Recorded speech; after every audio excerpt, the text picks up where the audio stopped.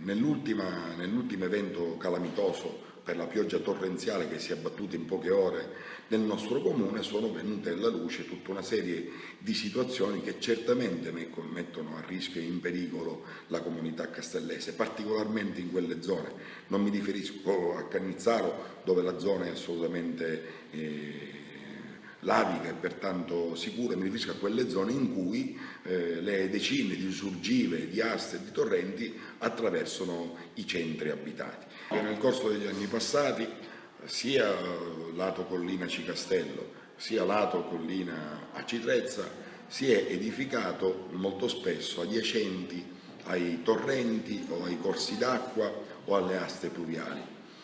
Alcune volte tombando i torrenti, come nel caso del Manganelli, del Toscano e di altri,